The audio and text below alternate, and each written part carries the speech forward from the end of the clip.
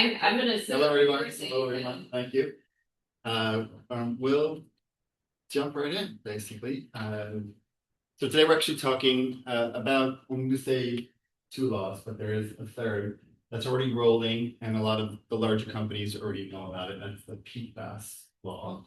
But What is that, Frank? the PFAS, PFAS, it's a chemical name I cannot repeat, but it's basically what you've known as Teflon or water repellency, very heavily involved in footwear in the outdoor market and in outdoor products, but unfortunately appears in a lot of textiles for reasons of stain control and other wrinkle resistance. It's already being phased out. This law is already in place. I'd say most larger companies that are using those textiles in any products, like especially you see it in our world in shoes, duffel bags, travel pieces, probably already knows about it, but got an impact relative to the least law and regulation. So I wanted to throw it in as a little bit of GWP, so we make sure that we're talking about it. But mostly we're going to be talking about SB 54, which is the packaging EPR. EPR, first lesson of the evening, extended producer's responsibility, which basically just means it doesn't matter that you didn't throw away the packaging. If you cause the packaging to exist, you are responsible for it. SB 707 is the correlating law for products. So a product and packaging law that engages or invokes extended producer's responsibility. So as the brand, maker, retailer, important, of this product, the responsibility is now passed to you to manage the end of life on both packaging or any of the materials that are connected to the regulation. And then the PFAS ban is sort of a phasing out of the chemical, which is a really terrible chemical. Very high functioning, amazing material. It's the reason your eggs didn't stick to your pants for 35 years and why your jackets are impermeable in the rain. But unfortunately, it was also an endocrine disruptor and a major carcinogen. So it's thankfully going away. All right, let's jump ahead. I'm going to speak today to sort of why this matters right now, unpack the laws in some plainer English, and let me full disclaimer for the ACN for myself. I am not a lawyer. I draw things for a living, but because I'm so connected to sustainability, I know a little bit more than the average bear about the topic. But if what I say today pertains to you or your business in any way, you should call your lawyer and make sure you're abiding by the regulation. It'll go way beyond any of the legal issues, but it matters. Eco-modulation, we're going to define it. Sorry, no problem. Where it might impact your brand, and we've got, I picked just a few of the categories that the council represents, but just some core ones that we think will resonate. Compliance as a competitive edge. Here's an opportunity to learn not just how it's going to impact you, but maybe what you can do about it. Eco-modulation, we'll see, really has two implications. They're both F's, fees and fines. Fees we can't get away from, but we can reduce them dramatically if we're careful. And fines you want to avoid, because while the fees are an annoyance, in most cases, they're not life-ending. They are an implication to margin. They're part of your cost of goods. But in most cases, unless you're very large, they won't impact you. And if you're a small business, they probably won't impact you at all for a little while because they're not starting with small businesses right away. But the fines will impact you, and they're massive. We'll see that in a moment. And then finally, an action checklist. How do we manage this like right now? Because right now is when you have to manage it. And whether it's maybe a 30, 60, 90-day plan if you've done nothing so far. All right, let's jump in. I can't see you guys on the screen, so if anybody on the call has a question, just shout it out and don't worry about interrupting. So why does this matter right now? Let's click in. SB 54 was signed in 2002. Regulations are in the final rules making, and fees begin in 2027. I don't know about you guys, but anything related to 2027, I've already started. In many cases, I'm already producing. In some cases, I'll be shipping in a quarter or two. So that's when fees actually begin. So you need to be registered. And what does it pertain to? All single-use packaging key term, because if you can change that to not being single use, no longer applies to your packaging. All single-use packaging in California must be recyclable or compostable. You do a breakdown in a waste stream. Brands will pay an annual eco-modulated fee to a PRO, a producer responsibility organization. We'll talk a little bit about what that is in a moment. SB 707, signed a couple of years later, is the same version for textiles and product. Your actual product, so handbags, footwear, accessories, other categories, we'll go through some of that in a moment, must be managed at the end of life, and eco-modulated fees and unfortunately fines will apply. The PRO was designated in February. You have to register by July 1st. By the way, Friday is May, so running out of time. When you say register, where does one go to register? We'll learn that today. Okay. The simplest way to avoid fees, the simplest way to avoid fines is to register. If you do not register, I do think, again, I'm not a lawyer, don't take this as stock. I do think there's going to be a moment where people will have a little bit of a grace period. But if you're a large company, you probably will not get a grace period because they're going to want to make some examples out of large organizations pretty quickly. And it's very easy to register. So just register, otherwise you can start being implicated in the fines. You'll see in a moment are monstrous. AB 1817 is in force now, and that's the PFAS chemical ban. Banned in all textile articles, including leather goods, coated fabrics, any accessories above 100 parts per million. That's going to go down to 50 parts per million in a couple of years. Basically, it just needs to go away. So if it doesn't mean you can't have impermeability or stain resistance or wrinkle resistance. You just need to use other methods to do it. Most factories that sell to the States, sell to Europe, are aware of this. Hopefully they're a good partner. They're making you aware of it. But if you operate in dead stock, if you operate in discounted material, if you're operating from I don't care where you get, just don't tell me about it kind of way, you could be exposing yourself. And somebody tests your product and you didn't know and you didn't ask and they didn't know or they knew and didn't tell you, nobody's going to care. You're going to get a very, very large kind of put you out of business type fee. Fine. Keep saying fee. It's a fine. So, Yeah.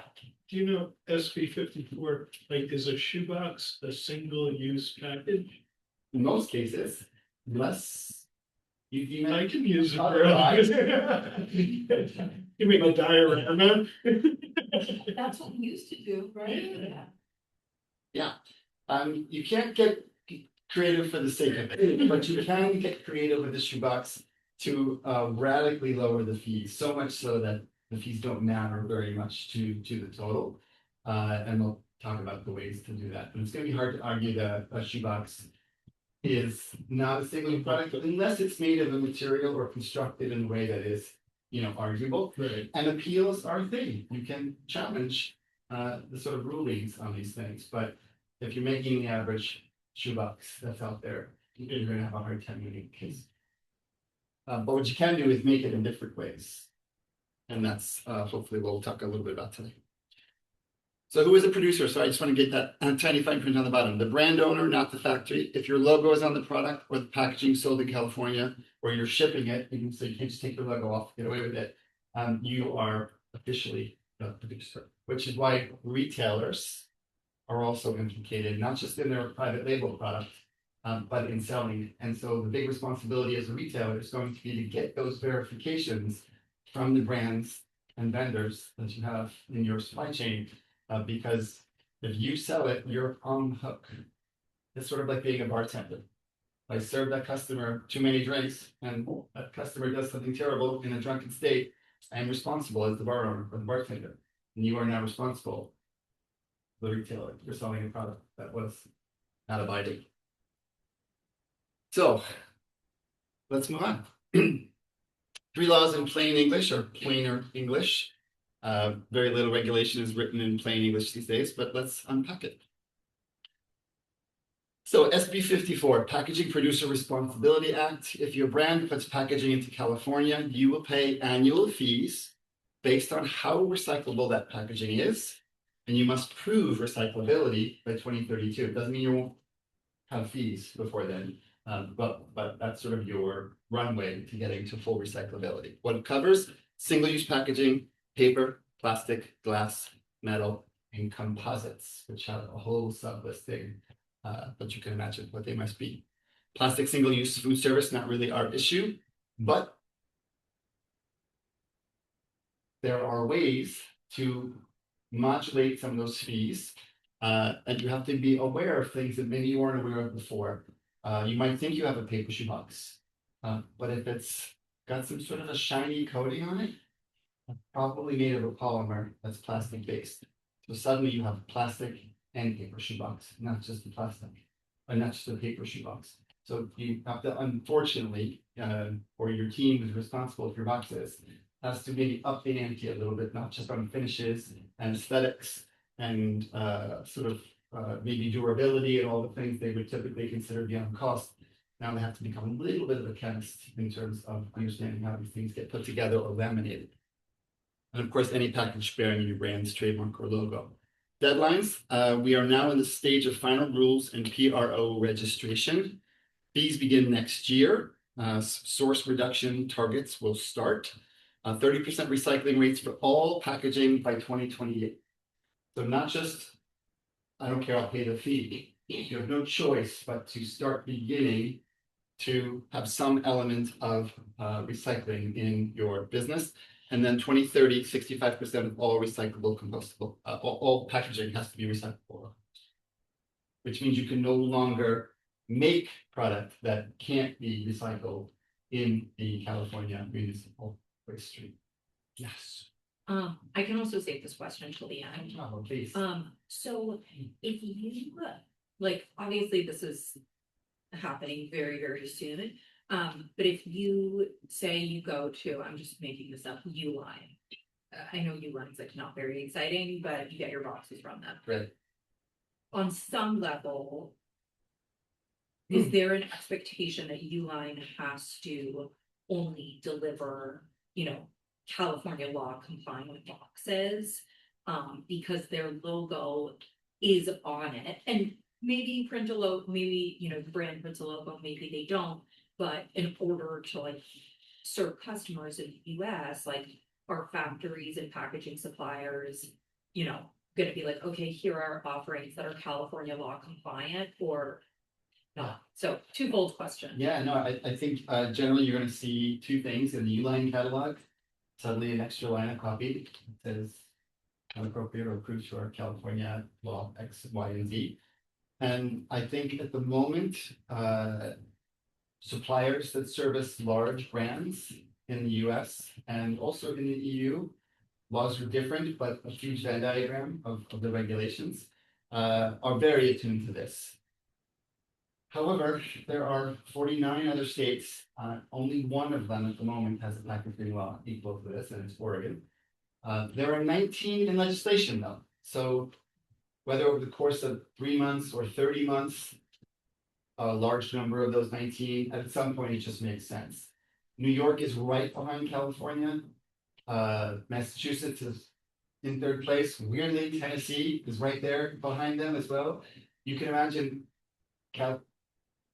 purely an accessories number with huge variability across categories, but California represents about 16% of the volume for the accessories industry. If we add New York to that, now I'm pushing about a third to 40% of typical average volumes. If I'm in a higher fashion category, even higher. At that point, it just sort of makes sense for me to fully convert as a brand and not worry about the 43, 4, 5 remaining states. But that's the math, and that's what you're going to see in suppliers. But I think in this interim transition period, unfortunately, the onus is going to be on you to ask, because I can tell you, you've got to register by July, and the vast majority of my clients are like, "Hey, what's going on in California?" Like, what's going on in California is you got 1.4 million boxes in inventory that you can never use. That's what's going on in California. So people are asleep at the switch on this, and I'm not really sure why. I really think it's the name of the law. You just don't think it applies to you. Yeah. That's very true. And it's also, elements of it are in flux in both the textile and the packaging law. They've been pushed back and forth. They were deemed as too expensive. They thought there would be a huge rewrite on the law. It came back not rewritten at all, just extended in terms of when it would go into effect. PFAS, of course, went straight into effect. But here is sort of where we are. Governor Newsom rejected the first draft of the regulations in March of last year. It's too costly. They revised the rules in 2025, but basically not really. The law essentially stands. Fees and targets did not change, only the implementation. That's what you're seeing there on the right. So you've got to register, you've got a minute. There's actually a lawsuit against the state for the selection of the PRO. As we know, our friends, the AAFA, were aligned to become the PRO. It was awarded to Landbell, which is a very large German recycling organization. They are a for-profit company in the world. They opened a nonprofit, Landbell USA, to qualify for the PRO status.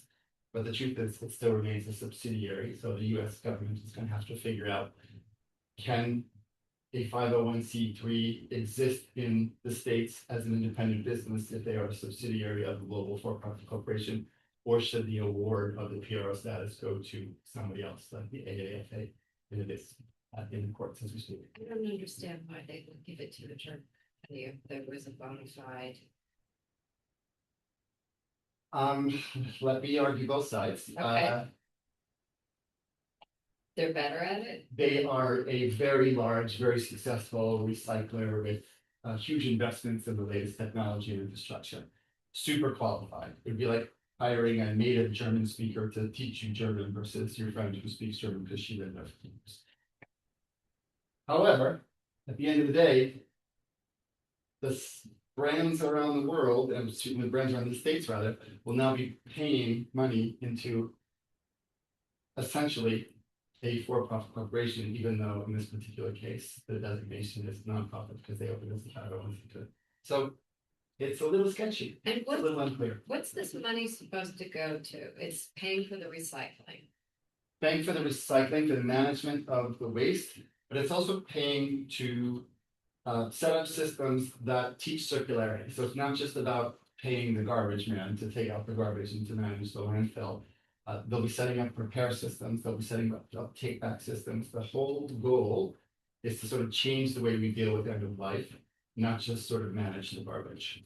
Because then they could have hired a carding company taking care of that. Gonna take a long time. But I was telling I teach a forum, I was telling my students, it's so instinctive for anybody under a certain age that when I asked them what's the first thing you do when you get in a car, the answer wasn't put on my seatbelt because it's so instinctive they don't even think that that's the first thing they do. And they were all giving me things like, oh, I turn on the AC or open a window or I put on the radio. And I said, don't you put on your seatbelt first? And I was like, oh, of course. It had moved beyond consideration into instinct. When I was 8 or 9 years old, I remember my dad pulling up with the new caddy, and the first thing we did was cut the seatbelts out of the car because nobody wore a seatbelt. Why would you wear a seatbelt? You were smoking 2 cigarettes at once and flicking them out the window because you were littering, smoking, and not wearing a seatbelt. You were doing 85 miles an hour on the highway because that's life in the 1970s. Now, can you imagine getting in a car and even putting it in drive without putting your seatbelt on? Imagine smoking inside a car. Imagine flicking a butt out the window. In New York City, we used to watch people eat a fast food hamburger and literally throw the trash out the window at that point. It wasn't like, oh my God, did you see what that person just did? It was completely normal behavior. My point is, all of those things sound like I'm a lunatic when I say them out loud. And that's where we're going to get to probably in about 25 years, where circularity will just become normal. And the idea that we threw things out and they ended up in a giant pile somewhere in Staten Island is going to be bananas. Your kids, your grandkids are going to look at you like you came from another planet. But you have to enact regulation. Seatbelt laws became a thing. 55 miles per hour became a thing, and we all got very used to it. So that's the goal. Moving on. All right, SB 707.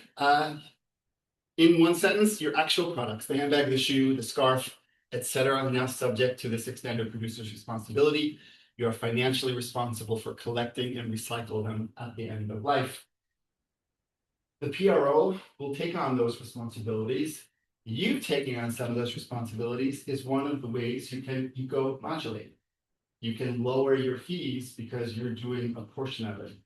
So that single use becomes non-single use. Them doing the take back becomes you taking the take back. Them doing the repair becomes you offering repair services. Suddenly you just keep getting discounts, like your car insurance.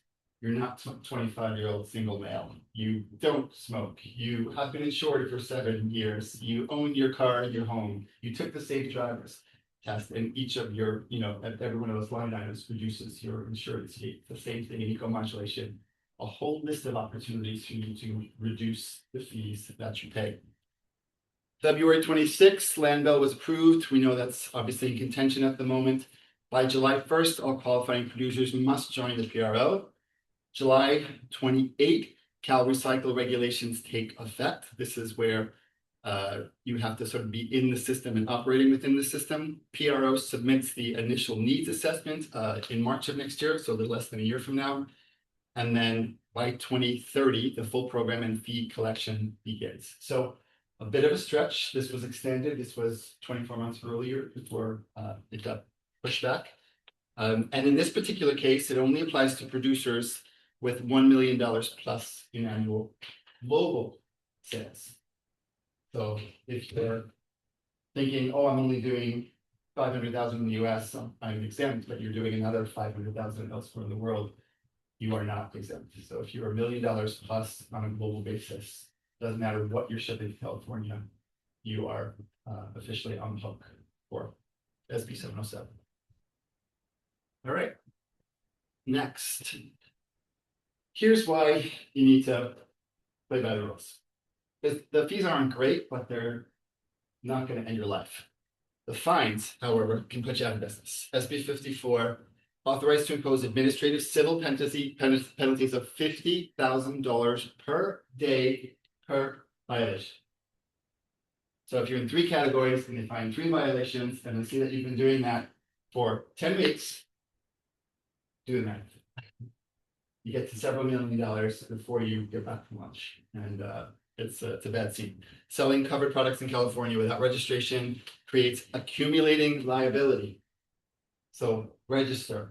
You can avoid all of that by simply registering by July 1st. SB 707, up to $10,000 per day for standard violations and $50,000 per day for intentional or knowing violations. It's a little harder to prove, but in many cases, not so difficult. So $10,000 regardless of if you knew about it, $50,000 if you actually knew about it. So the fines obviously are the problem, the thing to be avoided. You'll see the fees in a moment. They're not great, but they are impactful really only if you're large. So let's define eco-modulation. It's the term that changes everything. It's a fee structure where your annual payment adjusts up or down based on the measurable environmental characteristics of your packaging or products. So better design equals lower fees, harder to recycle or more toxic, higher fees. Kind of easy to understand. So there's a base fee set by the PRO per material category and tonnage. I'll show you the formula in a moment, but it's kind of simple. And there's a multiplier based on the design score. And that's how you sort of raise and lower your fee. It's a little bit based on the category as well and the amount of waste that they anticipate. And all of that sort of equates to your annual fee. And this eco-modulation applies to SB 54 and SB 707. So eco-modulation is a fee structure, but it's also an action. You can eco-modulate your product. It's a new design term in a way, because instead of just designing for aesthetic or functionality, you're now going to consider the materials. I equate it to, I'm still making the same salad, but I've chosen certain organic ingredients. And maybe I don't need all of my ingredients to be organic, because maybe one of them is a skin fruit that I'm not so worried about, but another one is an exposed, and I'm going to make sure that one's organic. So I saw the fine print from the last slide, and it said that secondhand stores are exempt from these rules. Yes. So could you say a loophole for designers could be to start up a secondhand business maybe majority secondhand, but then maybe 30% is your own product that doesn't comply, but because the majority is secondhand, you're exempt from. Category by category. So the part of your business that was secondhand would be exempt, the part of your business that wouldn't. That's a good question. Yeah, If your products are made from desktop materials, aren't they on the products themselves already secondhand before you make them until they up? it's a great question. I don't know the answer to it though. I can find out for you. If you're creating a new product, either way, if you're packaging that product, you're not exempt to SB 54. You might be exempt to 707, but I don't know if the sort of the transfiguration of the old product into a new product makes it no longer qualify. I don't know the answer to that. Good question. So if you got an upcycling based company with new design on old products, you find out. All right. But PFAS, you said, would count, PFAS always counts. You ship a product with PFAS in it, you're in big deal. whether you read Yes, it or not. absolutely. It's going to be really challenging because there's just a lot of PFAS in the world. So I think you're going to see a lot of things disappear from secondhand businesses because they just don't know or won't know, or will develop some sort of easy test kits. And every Goodwill in the world will have a PFAS test strip that they'll be able to use. But at the moment, you're going to see outerwear largely go away. Old outerwear largely go away from Goodwills, et cetera, et cetera. Who's going to enforce the? Yeah, it's a good question. Probably not enough people to make it matter in most cases until it does. Right. And then that's the problem. All right, so malice, bonus, raises, lowers. Eco-modulation, what moves the dial? So packaging, PVC, bad news. Multi-layer laminates. So that paper shoebox that you thought was FSC certified or 60% post-consumer waste that you then wanted to be a little bit shiny. So your paper guy gave you a shiny one. Well, maybe she made it shiny with a plastic laminate and you didn't even know about it, but she just put a coating on it. Or maybe you coated on purpose because you want it to last longer or be stronger. Now you've got a laminated product that is much more challenging to recycle. And it raises the score, if you will, and raises the bad side of the checklist. Non-detachable mixed material components, glued or fused. Challenging one. It applies to packaging in ways that you weren't contemplating because if your shoebox is constructed, meaning not a flat box, what was it constructed with? If it was constructed with standard adhesives, more natural, non-polymer based adhesives, you're probably okay. But the truth is, most of the world uses synthetic polymers, which are plastic. So just the glue itself, unfortunately, makes you a plastic user, even though you've got a paper shoebox. So now you've got a polymer and plastic and a mixed material and an adhesive. It's like triple word score in the wrong way, unfortunately. No recycled content in plastic packaging, bad news. It's so easy to have recycled content in plastic originating sources, so just choose differently. Excess void fill, oversized packaging. Hello, Amazon. Hello, Chanel. Oh my God. Anybody order a lipstick from Chanel recently? You can fit a sofa in the box that it comes in. It's ridiculous. So all of that will be findable.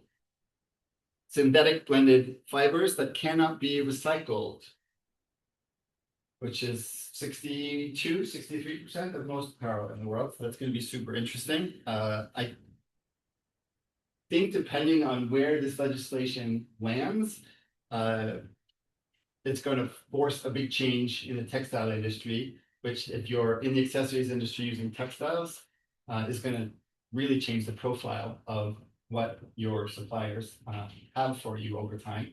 The positive side of that is single fiber materials are better for lots of reasons, but I also think it'll shift the world away from some of the blends that are especially challenging and can never be recycled because they can't be separated. Right, the whole lower end of the handbag market is using PU and synthetics. Yeah, synthetic is okay, blended synthetics, that polyester nylon combination with a little bit of elastic in it is super challenging. Super challenging that you're gonna pay, that's all. There's gonna be a fee on that product versus a lower fee or no fee on another product. And it's just going on the bomb, that's it. It's just another line item in the COGS. And hopefully it won't be too large of one, but if you're operating on thin margins, this is gonna be a whole new area of margin improvement and cost reduction. Presence of PFAS, as we said, or other Prop 65 chemicals. No take back or repair program in place as a company is another bad point or point in the wrong one. The PROs will be doing that service if you have the opportunity to engage that service, if you're large enough and can make it work in one way, shape, or form.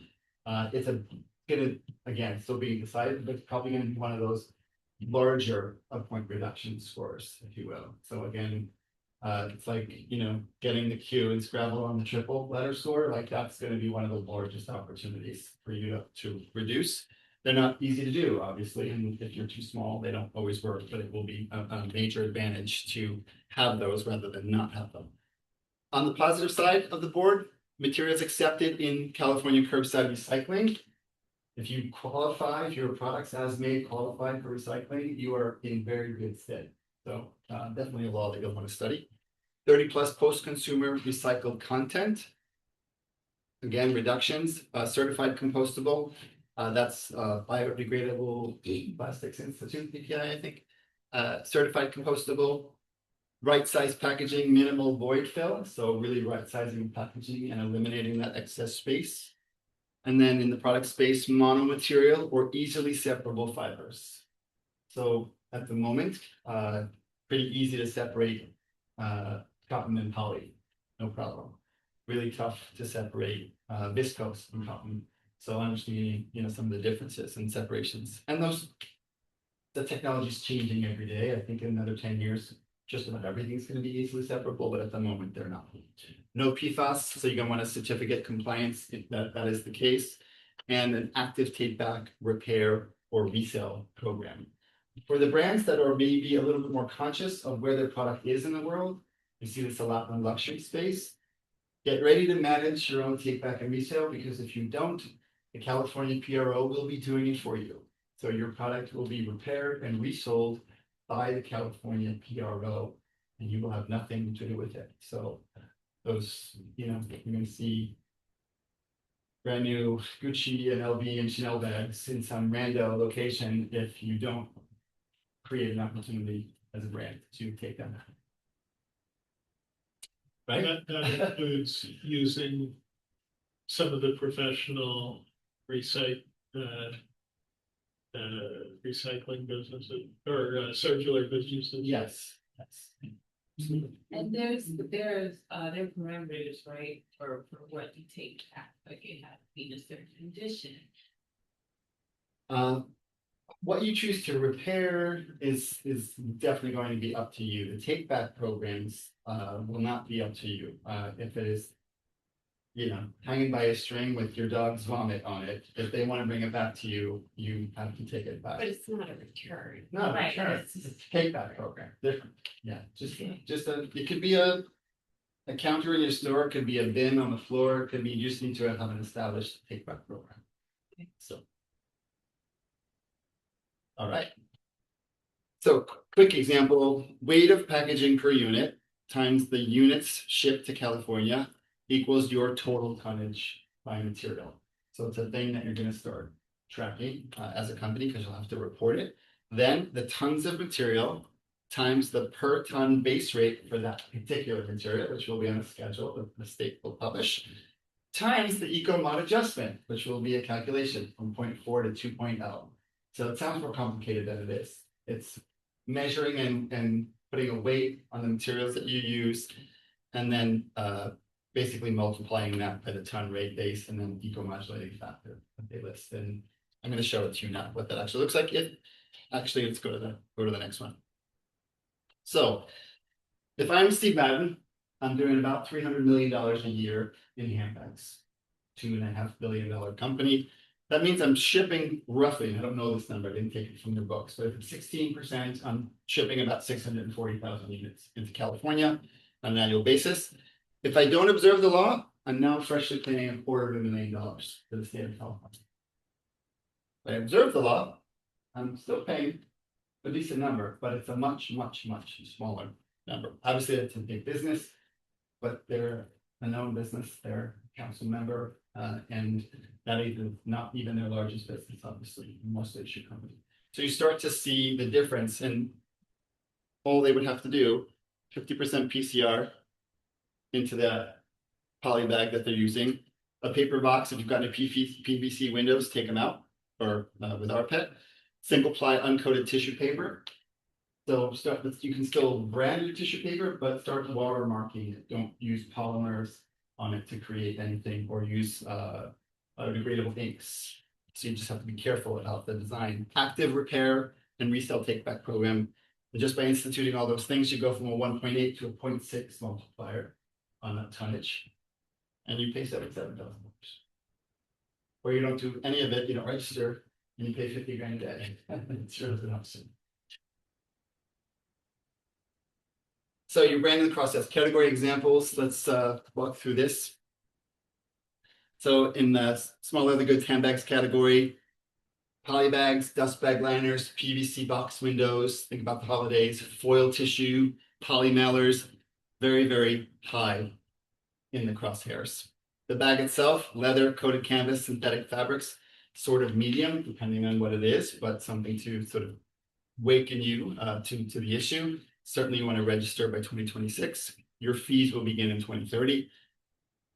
And then, of course, stain resistant treatments. This is the PFAS situation. Hopefully you're already aware of this. If you're not, wake up because you're already out of compliance. Active as we speak. On the footwear side, shoebox, shoe bags, foam inserts, toe stuffing, low to medium. Shoebox is mostly recyclable cardboard. Small fixes might be needed, like the glue you're using, or taking out some of the lamination, depending on how it's made. The shoe itself, leather, rubber, synthetic textiles, foam, midsole, a bit more in the medium, sort of yellow flag category. You certainly need to register and look through those materials for their particular impact. And then again, water resistant outer uppers, treated insoles. You've got any outdoor oriented footwear products. You have probably already dealt with it, but again, if you haven't, now is the time. Shoebox is your easiest win, paper-based, minimal coating, standard closure, a few tweaks to the inks and the glues, and you can basically achieve the lowest SP54 score. But again, you have to be aware of how it's being made to make sure that you're abiding by that.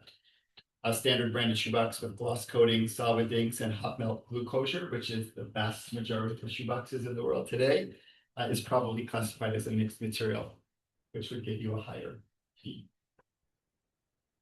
All right. And are these fees paid to the PRO? Exactly. Next, jewelry. Blister, clamshell, retail display cards, plastic pouches, foam inserts, plastic coated hang tags, very high risk. Knitted woven accessories, woven fabric pouches, textile jewelry rolls, a little bit lower. Metal stones, you're okay, you've got other laws, but you're okay on this one. And then again, anti-tarnish treatments, specially treated fabrics, jewelry rolls that were stain resistant, which were very common, big problem because of PFAS. In the outerwear space, the outerwear retail box, plastic sleeve inserts, plastic hang tags, medium category, fabric eyewear straps, microfiber pouch if sold as single use, fabric carrying case, a little bit on the lower side, and then again, fabric or leather eyewear straps. I love PFAS, and I don't think they mostly do anymore. Eyewear tip, hardware case designed and marketed for reuse may qualify as a reusable container. Of course, most eyewear cases are meant to be reused. They're contemplating now whether it will need to be labeled as such, whether you need to state it somewhere in the features and benefits of the copy.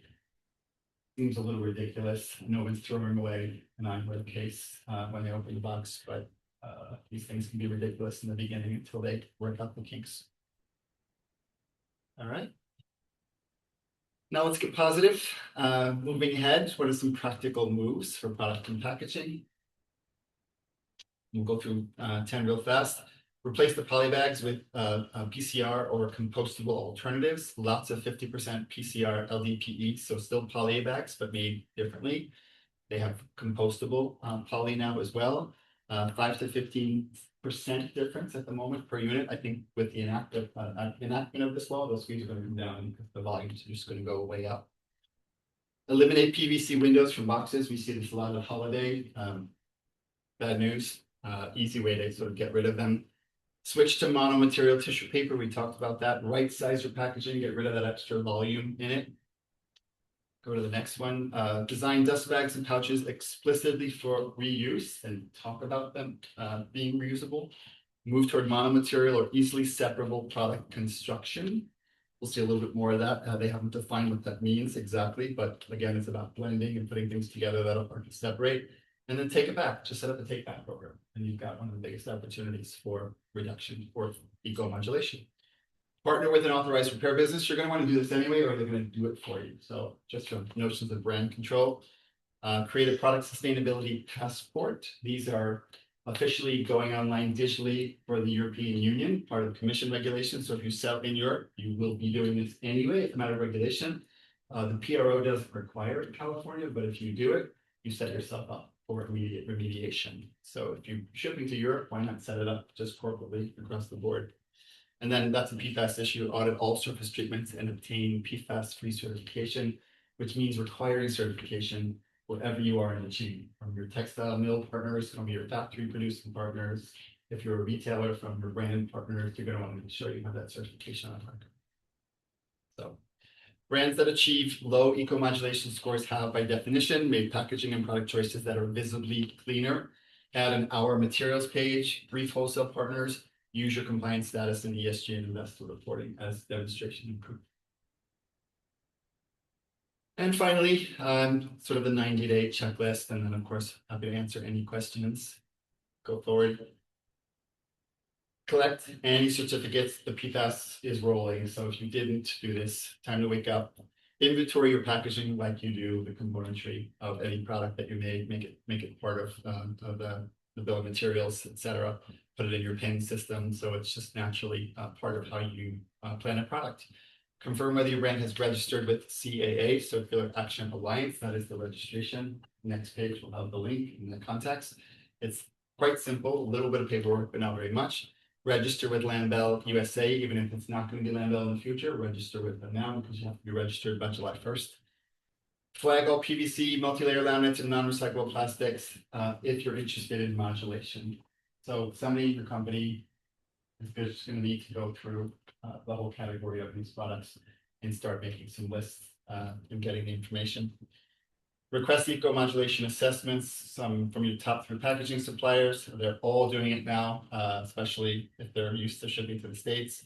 Identify 2 to 3 substitutions. They'll even do that with you. Brief design and product teams on eco-modulation criteria before the next seasonal development, so they can basically just start working this way going forward. And then execute those substitutions, obtain recycled content as the natural part of the way you develop. Set up annual tonnage tracking, and this is the biggest bear of them all, is the same way you probably track how much of a textile you used, or any other sort of major KPIs that you're tracking for your company. This just needs to be a new set of fields in your data, unfortunately. And then add eco-modulation goals to any roadmap. Now it's not just sustainability or ESG goal, it's actually a cost saving opportunity because you substantially lower the fees across your company. And this last page, and I think we'll probably circulate this. Actually, you know what, those are just the takeaways. We went through them. Jump ahead. And there are resources listed on the right. And then there are actually registration instructions on the final slide, which is what you need to do to actually. We'll post this on our website. We'll email it to everyone so you can grab all the. Anybody online have questions? You can email them, you can text them, you can put them in the chat. No questions. No questions? All right. Okay. Anybody in the room? So currently, this will just be for products sold in the state of California. And on the packaging side, Oregon as well. Yeah, but we expect very quickly New York will. It's in the New York State, what's called committee, it's in committee. Mhm. now, and Whether it's equitable or not is dependent on the weather, the wind, and the. Is that part of the fashion Different, different? different act, Okay. but in that same sort of seat, Tuffy Hopeful is supporting it with some of the modulation, Gavin had established in California. But I do think New York is next. Massachusetts might beat us, but I think in the next 24 months, there's going to be at least 3 states that are operating. And most of Europe is already operating, probably 80% of this. So. Well, thank you to everyone. Thank you. Thank Logged you. on, and hopefully we'll see you all very soon. Have a good night. Good night.